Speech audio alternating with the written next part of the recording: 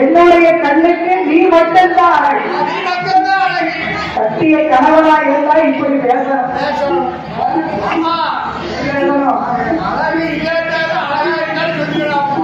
இல்லாட்டாலும் ஒரு நாளைக்கு ஒரு 4 தடவைதான் இந்த வார்த்தையை சொல்லணும். ரொம்ப அழகா இருக்குமா இந்த புடவை எடுக்கும் போது கூட இந்த புடவை இப்படி அழகா இல்லை. ஆனா நீங்க எடுத்ததுக்கு அப்புறமா இந்த புடவையால உனக்கு அழகா இல்ல ஒன்னால இந்த புடவைக்கு அழகானே சொல்ல முடியல, கண்டுபிடிக்க முடியலம்மா. அப்படி ஒரு அழகா இருக்கு. கூந்தல் அழகு என்ன, உன் நடை அழகு என்ன, உன் இடை அழகு என்ன, என்ன என்ன என்ன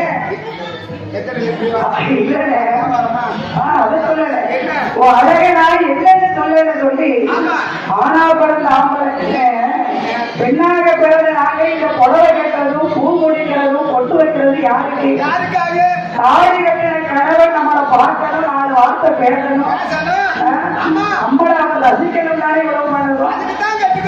எவ்வளவோ நேரம் செலவழிச்சு 1 மணி நேரமா கிளம்பிட்டு வந்தாலும் ஒரு வார்த்தை சொல்லட்டுமே.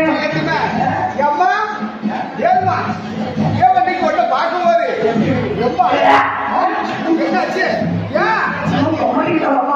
சாப்பாடு சரியா பயங்கலையா அந்த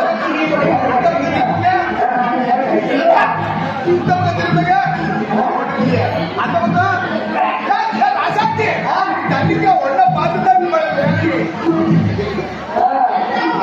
அழகு வரலாயுது